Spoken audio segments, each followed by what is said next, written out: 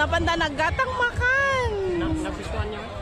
Ijay, di ba doon sa Masik Club? Kakano? Buti nakita mo kami. Nakita ko doon, iba yung tinuturo niyo. Ay, iba? Iba.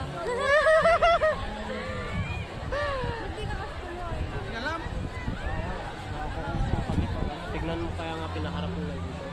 Bakit? Kasi nauusun sila. Na? Nauusun sila kasi tawag sila ng kahit. Ah. Kasi pag yun dapat skate. Tara na doon. Nandun si Mama.